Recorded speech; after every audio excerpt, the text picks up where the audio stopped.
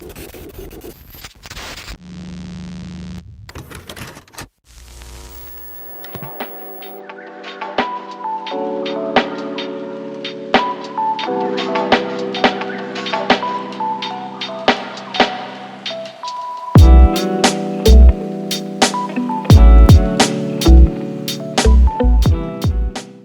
word, I don't know really where to begin. It was a horrible Saturday for FPL and certainly for my FPL team. And I guess we've got to start with the Saka situation. From my perspective, I was away all week in Bulgaria. That's why I didn't do the BlackBox stream, and so I had limited time to soak up information and team news and so on. I caught some Friday night. Got back that evening, looked at my team on Saturday, and I was basically going to roll my transfer. Where I stood on Saka was, I was kind of 80% certain that he would start, because as we know, he's had knocks in the past, and the comments from Carsley and Arteta were positive, let's face it. So I thought I was certainly 80-20 thinking he was going to start at Bournemouth. Then obviously I rolled the transfer, but I almost wavered. So 15 minutes before deadline, I saw a tweet from what I thought was a reliable source, Charles Watts, which actually turned out to be Boona. If you don't know, Boona is an account on Twitter who posts kind of troll posts to kind of misleading team news as a joke. You know, a joke, yeah. It can be funny, to be fair. And this was one of his tweets, and I fell for it. So I put that tweet in the Godfather tier chat to try and help people in there that, you know, this tweet was out there as public, just in case you ain't seen it. 15 minutes to go, Saka's not playing. I then went to my desk, went to take Saka out, put Son in, because it was obviously looking like he was going to start. I mean, he was back to fitness, and it was a risk worth taking with the fixtures that Spurs had. And then I looked at WhatsApp, and there it was, as was saying, among others, that was a Boona post and it was fake. So I didn't make the transfer because I was back to thinking 80-20 Saka would start. Turns out that Az saw my post, thought it was real as well, made the transfer, then realised too late it was a fake one. I don't know, crazy. And then of course Saka didn't turn up, and I didn't get Son. And we'll talk about Son and the assist in a bit. But the rest is history, of course. Saka didn't turn up, and then it turns out a load of content creators made last-minute changes, which I'm not surprised about. I'm particularly not surprised about because then after the deadline, I watched the Arsenal Fan TV video in which one of the content creators on there, if you can call them that, said that Saka was a major doubt and wouldn't play. Now, had I seen that before deadline, that for me would have made me 50-50, no smoke without fire, and then I would have made the transfer to Son, because 50-50 would be enough for me. But I didn't see it, I didn't know that. But what I can say is if I was among the content creators or other people who saw that in advance of deadline, then I would have made that Son transfer. So I think it's fair enough. So all these people accusing content creators of having secret information, I think it's pretty unfair, because I can only go on what I know. I didn't get any secret information, and had I seen that Arsenal Fan TV, I'd have been 50-50 and I'd have made the transfer to Son, because logically it makes sense with the fixtures. So I can only stand up for that view, that it was all open and above board and a logical decision. And of course you're going to make the decision late, because you're going to wait to the final moment in case you do get a leak, in case you do get public information that's going to sway you, like Saka seen at the ground or something. So it's all understandable. But I didn't benefit from it. I didn't make the change because I thought he was going to start, and I didn't see that Arsenal Fan TV clip, which for me, that would have been enough, because it suggested that there was an ITK out there who had information, and it would have just tipped me 50-50 and I would have made that transfer. But anyway, I hope that's not a sliding doors moment for my season. It has been a terrible game week. I went into the Arsenal-Bournemouth game, obviously with Saka, with Saliba and with Gabriel. Saliba got the red card, Saka didn't turn up, and Arsenal lost the game 2-0. Obviously Saliba red card means he's out against Liverpool, which is a major blow to them in that game, and it means that I'll probably have to sell Saliba now with the 2 free transfers I've got ahead of the next game week. As for Bournemouth, I mean, Semenyo was a standout again. 6 shots, 1 chance created. He's now had 37 shots, 10 more than any other midfielder. And in the end, they won the game with a training ground set piece, played Arsenal at their own game, a very good corner and a penalty. It's now 4 without a clean sheet for Arsenal, and it's Liverpool, Newcastle and Chelsea in the next 3. I don't think I'm holding Saka. It's a hamstring injury. He could miss that game.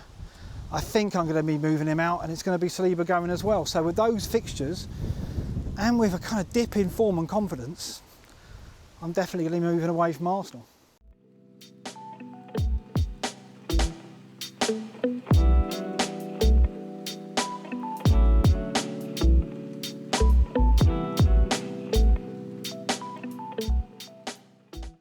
And then there's the Son assist. Yeah, so basically the way I see it is the error here is on attributing the own goal to Areola, because I think once you recognise that it's an Areola own goal rather than a Todibo own goal, you recognise that final touch that Areola had, and then that means that Son's shot has the initial save from Areola, ricochet back off Todibo, then the final touch from Areola, which was pivotal enough to be cited as a means to give him the own goal. So that's 3 touches. The rules say that for an assist to be awarded from an own goal, the player awarded the assist has to directly force the own goal. Now, I don't think in this case you can say that, because by giving it to Areola as an own goal, we're recognising that his touch is a significant one. Presumably Todibo's touch back towards goal wasn't on target, and it was Areola's final touch that brought it to be a goal. So therefore, Son's shot didn't directly lead to that own goal. It was Todibo's touch back, the ricochet off Todibo from the save, the initial save from Areola, which was what forced the own goal, the final touch from Areola. Therefore, for me, it's no assist. Now, had it been a Todibo own goal, I'd be more sympathetic. I think it would be an assist then, because for me, the Son shot would force the save, the ricochet off Todibo and in. But because they've said Areola own goal, they've recognised that third touch. I don't think we can say Son directly caused it. Therefore, it's no assist for me. And there is precedence here. If you go back to 2022, first game of the season, Manchester United, ball comes off the back of Dalot towards the Brighton goal. Sanchez saves it onto McAllister, but McAllister knocks the ball in for an own goal to McAllister. No assist was given to Dalot, even though Dalot's touch was sending the ball goalward, and it was Sanchez who saved it onto McAllister. But no assist was given to Dalot. He didn't benefit, because presumably they felt that Dalot's touch didn't force the own goal, because McAllister got the own goal and it was Sanchez's save which forced the own goal. Well, it's the same here. It's Todibo's touch back, the ricochet back to Areola, that forces the own goal. Therefore, to be consistent with that incident in 2022, it's no assist. Now, what's crazy is it was no assist, and then at 9 o'clock, for some reason, an assist was added and a tweet went out. The tweet was later removed because there was a lot of negative reaction to it.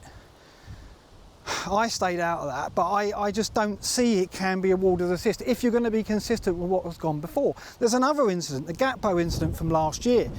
Against West Ham, Areola own goal again, ironically. He had a shot that was off target, but that doesn't matter. The shot came off of Ogbonna onto Souček on the line and off of Areola for an own goal. Areola own goal then as well. Nothing was given to Gakpo, because his shot didn't directly force the own goal from Areola. If anything, it was Souček's touch on the line which forced the own goal. So it's the same again. Son's shot didn't directly force the own goal, because it was the touch back, the ricochet off Todibo, that made Areola score the own goal, because it was credited to him. Now, I don't think it should have been credited to him. I think that's the mistake. And in that case, it would have been an assist in my book, but Areola own goal, no assist for me.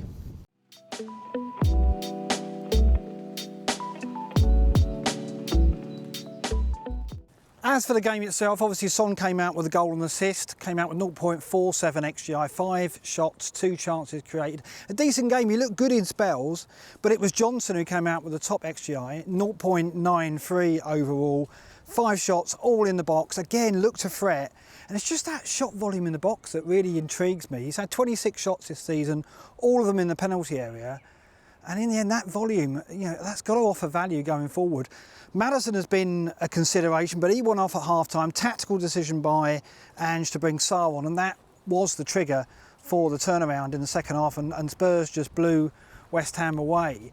So Johnson continues to catch the eye. I may go him over Son over a bit more time this week if it is Saka who does make way ahead of the Liverpool game, depending on whether Saka turns up for midweek European game, of course. The other player to talk about here is Solanke, really concerning, just 1 shot, 1 chance created. Had a look at the average position maps. He was the deepest of all the Spurs attackers, so with Maddison, Kulusevski, Johnson and Son, all 4 of them ahead of Solanke in terms of the touches, the average touches that they had on the pitch. And you can see it with the eye test. He was coming deep, he was linking play, runners getting beyond him. He wasn't getting the end of things. That, as I said, 1 shot, 1 chance created. That's not enough, 0.12 XGI. He is a concern. I'm already thinking that despite the fixtures, I don't know if he's going to deliver the kind of volume of points that I need from him. And, moving to Havertz after Arsenal's fixtures soften up a bit might be the way to go, I think. As for West Ham, actually 2 more players I want to discuss is Porro and a doggy. Went forward and pouring forward loads. Porro in particular really scares me not having him. He had 4 shots and 2 chances created on the day. A doggy, 3 chances created and got the assist, but Porro for me is the eye catcher. 16 shots now, the top amongst defenders this season. That volume has got to pay. I mean, even without clean sheets, I think he's a player that we need to keep on our radars. And I think with the fixtures that Spurs have got, I may well be moving Saliba down to him, depending on how the budget goes for me. West Ham now, Kudos got the goal, well taken, but then got the red card, so he's out for 3 games. And that's painful for West Ham because their fixtures are better now, but they're going to miss Kudos, who obviously is a big outlet for them. Bowen could have got the assist. His cross to Kudos did take a deflection, and it did look as though it was intended for Antonio. I can see why it wasn't given. Harsh though for Bowen owners. Those brave enough to go for the differential, missing out on points again. And with Kudos out, I just think that Bowen will remain a very lowly owned differential.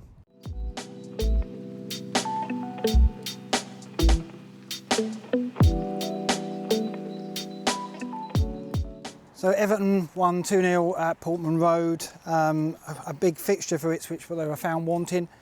I'm starting to fear for them. I did have some good feelings about the likes of Delap and Davies going into a better fixture run, but 3.89 now is their XG for the season. It's the lowest in the division by quite a margin. Davies came out with 3 chances created, and he does have 20 chances created for the season, more than any other defender. But I just don't see them scoring enough goals for him to convert that into assists. Delap has got 4 goals, and he came out with a couple of shots in this game, but I think it was 0.18 his XG, and Davies was 0.23. Just too low. And Everton had too much for them in midfield, and they coped well with them at the back, and in the end ran out at a canter. For them, Calvert-Lewin was a standout in terms of XGI, 1.32. He had 5 shots in the game. Big frustration for Calvert-Lewin owners that he came out with a blank. He had a couple of one-on-ones, which Muric did well with, but yeah, Calvert-Lewin really should have profited. McNeil got an assist, now created 25 chances for the season, second only to Saka amongst midfielders, so he continues to offer value. Keane got the other goal. Obviously he could be an option at the back, but Branthwaite is nearing fitness. I guess Mikalenko would be the better option. He came back in to the side at left back, did play deep, didn't get forward too much, but at 4-3 he's got to be worth a look now that Everton's fixtures continue to be decent. Pickford though, back-to-back clean sheets. Is he the answer for those who don't have Raya, or for those who are giving up on Raya after Arsenal conceding goals? Certainly, it's a good couple of game weeks for Pickford and Everton, and suddenly they're starting to look like they could be a source of value to us as well. Ndiaye got the goal, but it was from an error. He's another one we could keep an eye on as a cheap forward option. And again, just going back to Ipswich, they did make errors, 9 errors now for the season, the most of any team. Actually, it's level with Southampton. And those defensive errors, coupled with the fact they can't score goals, could take them down. Hard-fought victory for Villa at Craven Cottage. Rodgers came in with his 3rd goal of the season. Could have had more, missed a sitter before half-time, and came out with 3 shots, 0.88 XGI, which surpassed Watkins, 0.41. He got his goal over in just 2 shots, smartly taken header from a Tielemans corner. and then Villa sealed it with an own goal. As for Fulham, I mean, Jimenez was the standout again. He's now returned in 5 successive games, got the goal here, 4 goals and 1 assist now in the last 5 for him. Could have had an assist as well if it wasn't for Pereira's missed penalty, because Jimenez forced the handball. Could be significant that, because it was such a badly taken penalty from Andres Pereira, that Jimenez could step in now and take them to add to his appeal even more. 5.7, Fulham have still got good fixtures. I mean, he looks like he's got a new lease of life, which is great to see. Obviously, a former FPL legend at Wolves, born again at Fulham. Definitely a consideration with the fixtures that Fulham have got and the confidence they're playing with. I don't think this defeat to Villa will be a major setback. Are we finally going to get to look at some Man United attackers? Maybe. I mean, it was a good showing from the front three against Brentford. Run out 2-1 winners. Rashford, Garnacho and Haaland all starting to click maybe, or hinting at something. Haaland came into the side and did impress. He had 3 shots, 0.43, 1 chance created as well. Got his well-taken goal from a lovely Bruno assist. Only a second return of the season for Bruno owners there. I guess Garnacho was the standout though. 10 shot creation involvements in the game week, more than any other player. That's 8 shots and 2 chances created. Only 0.43 XGI though, which shows you that perhaps the quality of the chance wasn't great. But there's potential here. We know about Garnacho. Haaland needs games and needs consistency, but maybe just the first shoots of some progress that means we can start to consider United in the future. There's 5 good fixtures to come as well. So who knows, maybe. Not for me at the moment, but one to monitor, that's for sure. As for Brentford, they capitalised on De Ligt off the pitch to score from a corner. That set-piece threat is always their Pinnock's second goal of the season. Nothing too much more to talk about really, and Mbeumo was kept quiet. Vandenberg started at right back again in the 4, and definitely looks like he could be an option. And Visser was back on the bench, got 30 minutes at the end. Good fixtures still. The next 3, Ipswich, Fulham and Bournemouth. Visser at 5.9. Could it be another budget forward option? I meant to say Flecken got 9 saves in that game. Now he's made more saves, 42 than any other keeper. Hermansen of Leicester is second, and he was involved in a ridiculous game at St Mary's where Leicester ran out 3-2 winners, having been 2-0 down at half-time. Great result for Steve Cooper's side, of course. Disaster for Russell Martins. In this game, it's Brian Nuttall again who stood out. 5 shots, 3 chances created, 1.45 XGI, the highest in the game week. He started out playing out on the right flank. Then when Fatawu came on, everything changed. Fatawu really did make an impact. Very lively in 31 minutes, 0.51 XGI, 2 shots and 1 chance created he had. His pace really frightened Southampton and helped turn the game around. Buonanotte went to a central role, number 10, got the first goal back and played a part, those two played a part in the comeback. And well, it's just tragic for Southampton. They've, as I said, made 9 errors now, 6 leading to goals, the most in the division.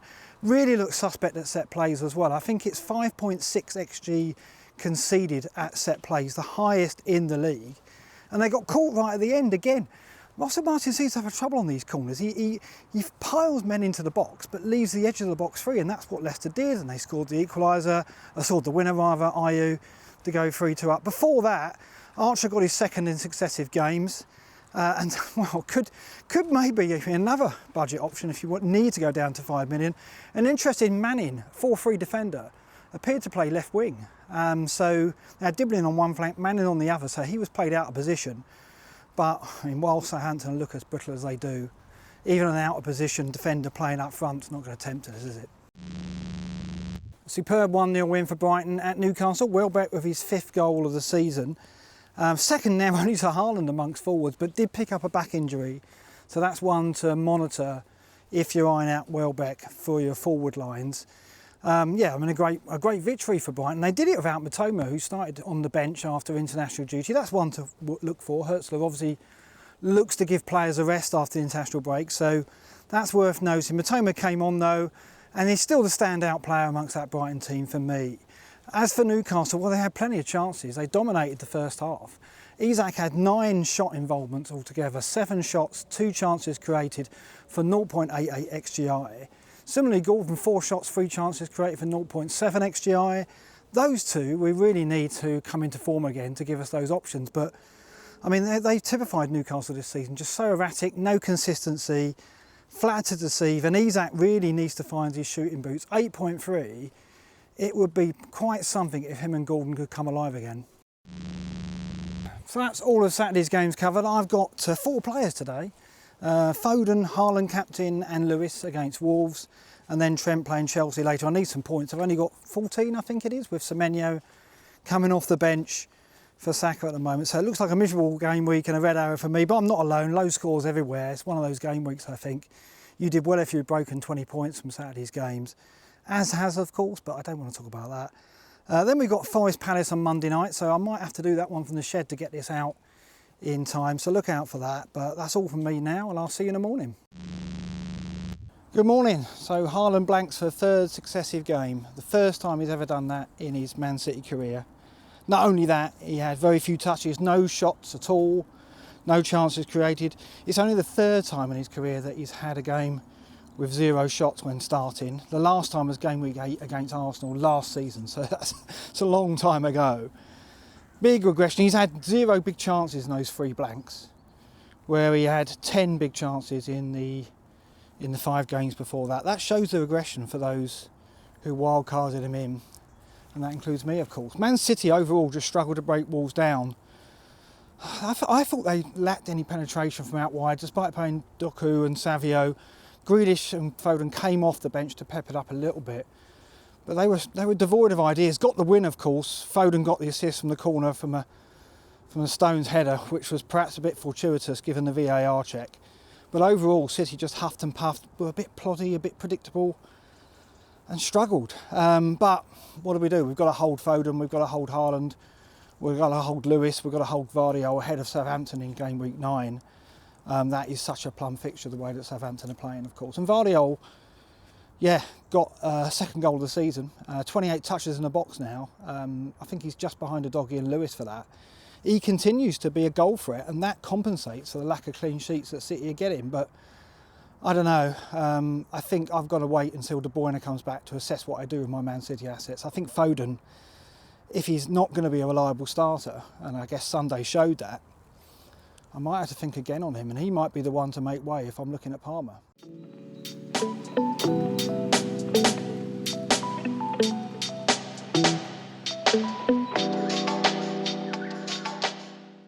Liverpool got the victory, very difficult game against Chelsea. I thought Chelsea did very well, but Liverpool got the win in the end. Salah with the haul, double figure return, decimated our ranks, that did. Only had the 2 shots, 2 chances created, 0.14 XGI non-penalty, but of course got the penalty, I think his 1st of the season, and then the assist for the Curtis Jones goal. Yeah, overall I think, I guess the major news elsewhere was Diaz was benched. Perhaps expected after the international break. That's something we've got to look for that Slot will do, and it kind of puts another question mark over him as a potential asset. And then in the game, Jota got injured after half an hour and got replaced by Darwin, so he's got an injury now. So all of a sudden, our options in that Liverpool attack are cut back to maybe just Salah, but are we going there with Palmer and Haaland and Saka on the list as well? Son, of course. So Foden I haven't mentioned, but yeah, there's so many heavy hitters now demanding of those midfield slots and our money that Salah has obviously slipped off the ownership, and that's why he's did so much damage to us. Elsewhere, Trent is a concern as well. Maybe he's someone who's going to give way as we look to pursue those heavy hitters. No chances created in this game. He's only created 3 chances over the last 3 games, had 4 shots. So no XGI from Trent in this game, and so you can't blame now people to waver on him. It's Arsenal obviously next, which is a difficult game. Are we going to get anything from Trent then? The fixtures do improve after that, but given his price and his output at the moment, you can't blame people for looking elsewhere. As for Chelsea, Palmer was kept fairly quiet by Curtis Jones, I thought. He came out with 4 shots, 3 in the box, 0.56 XGI, and he is top now for midfielders, 4 XGI non-penalty. So he's still got to remain a target, despite this being a difficult game for him. As I said, Curtis Jones did a good job on him in midfield. And Jackson came out of his 5th goal of the season. He's 5.7 XGI non-penalty over the season now, second only to Haaland amongst forwards. Yeah, there could be potential in this Chelsea side beyond Palmer, but he's got to remain the key target, surely. Just ended at the City ground. Forest win 1-0. Good performance, and Chris Wood with the winner. And let's talk about Chris Wood. Unbelievable. He's now been involved in 62% of Forest goals when on the pitch, 78% shot accuracy, 11 of his 16 shots been on target. I mean, conversion rate of 31%. It's just incredible. He continues to deliver. Why don't I have him in my team? It just seems crazy, doesn't it? A 1-0 win. It looks like Sells is going to come out with a maximum bonus though. I think he made 6 saves on the night, including 2 worldies. One from Eze, one from Schlupp. Did really well. And a clean sheet again. I think that's our 3rd clean sheet of the season. Yeah, really happy with that result. And from a Forest point of view, yeah, it's Wood and Sells who are the standouts. I guess Milenkovic and Murillo clean sheets again. Aina, I mean, yeah, any of the back 4 look options, but Sells is beginning to look like potentially the 4-5 keeper to go for. Which, you know, at one point I thought he wouldn't keep his place, but he's pulling performances out the bag now, and all credit to him. And then Chris Wood, yeah, up front, as you said. Elsewhere, without Gibbs White, not a lot in midfield. I think Anderson played well, won a lot of duels, but not a lot of, nothing, not fancy potential. And Eze, I think he had 5 shots again, only 1 from inside the box. He's had 32 shots now, second only to Semenyo among midfielders. But he just, he was denied by a couple of saves. But again, it's just not working for Palace, is it? Nothing is going in for Eze. Nketiah was poor in the first half. Mateta, apparently he's not fit, although I don't know how they get Nketiah and Mateta in the same team. No, they're in trouble. I mean, they're too good to go down, surely, but they're certainly in a fight now. A good final game for Forest, a good final game for me from a game week that's been terrible. 26 points. It looks like I'm going down to 2.5 million, although there is going to be a change in points because the Premier League today announced that they're going to remove Son's assist. I think that will drop into 1 bonus as well. So maybe that will affect my rank as well. Good decision by the Premier League, and really important that they've gone back and corrected that. Obviously, if you've watched the video, you've seen that I did think that was the wrong decision. And they've come to that conclusion and corrected it. And that's big for the game because it means that we can get decisions now that go wrong earlier corrected later in the game week, right up until the end of the game week, an hour after the game week on a Monday night in this occasion. So that's really good for the future of the game. Really good that they've done that. Right decision, I think, for the reasons I said. Still think it's a mistake me not getting Son though. I still think I've made an error there. Because obviously I would have got some points instead of Semenyo off the bench for only a couple. And I think I'm going to end up looking at Son for this game week because Saka doesn't look like he was in training today for the European tie against Shakhtar. So I'm going to have to get rid of Saka and Son could be on the menu. So I've missed out on the points that he did get this week by doing that. Just a chain of events on Saturday. Me not being about enough last week, being too busy at work to soak up the team news and all the info on Saka, as I said. I've got to get better. Got to get better than 2.5 million. I'll be back with BlackBox with ours later in the week. If you enjoyed this video, like and subscribe. Sorry there wasn't too much scenery in there. With the weather, it was really difficult and I was pushed for time. So hopefully when I do the next one, the weather's better and I can get more of that in there. Like I say, like and subscribe. See you next time.